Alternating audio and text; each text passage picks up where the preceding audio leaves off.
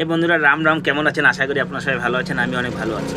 তো আজকের ভিডিওটা হচ্ছে কিছু একটা ছোট্ট টপিক, যে পঞ্চশস্য। তা আমাদের মধ্যে পঞ্চশস্য সব পূজাতে ব্যবহার হয়। তো পঞ্চশস্যটা অ্যাকচুয়ালি কীভাবে তৈরি করা হয়? অনেক সময় আমরা পঞ্চশস্যের জন্য বাজারে যেতে, অনেক দূরে যেতে হয়, সামনে তো দোকান সবার পাওয়া যায় না। তো আপনার ঠাকুর ঘরেই এরকম সব জিনিস আছে যেটা দিয়ে আপনি পঞ্চশস্য তৈরি করতে পারবেন। পঞ্চশস্য তৈরি করার জন্য কী কী দরকার সেটা বলছি আমি। সর্বপ্রথম আপনি ধান নেবেন, ঠিক আছে?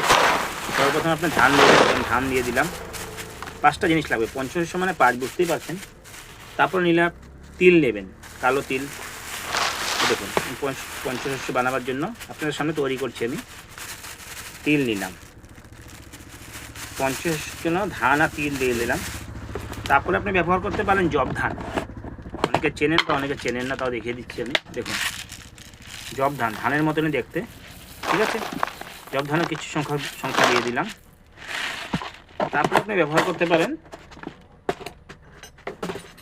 মুগ, যেটা মুগ ডাল বলি, গোটা মুগ। এ দেখুন, কিছু সংখ্যক গোটা মুগ দিয়ে দেবেন, ঠিক আছে? গোটা মুগ দিয়ে দিলাম। এবার আপনি ব্যবহার করতে পারেন এটার মধ্যে শস্য, যেটা সাদা শস্য বলি আমরা, ঠিক আছে? কিছু সংখ্যা সাদা শস্য দিয়ে দেবেন। দেখুন, এবার পঞ্চশস্য তৈরি হয়ে গেছে। তাহলে এটাকে মিক্স করতে হবে। তো বাইরেতে আপনি এরকম সব ধরনের জিনিসই আছে, দেখতে পাচ্ছেন। এই দেখুন, এগুলো পঞ্চশস্য। এটার মধ্যে 5টা পদার্থ আছে: ধান, জব ধান, তিল, শস্য, আর হয়েছে মুগ। তা বুঝতে পারলেন, পঞ্চশস্য এভাবে আপনি নিজের বাড়িতে নিজে তৈরি করতে পারেন। তার জন্য আপনার চিন্তা নেওয়ার, টেনশন নেওয়ার কোনো দরকার নেই। ধন্যবাদ। আশা করি ভিডিওটা ভালো লাগলো।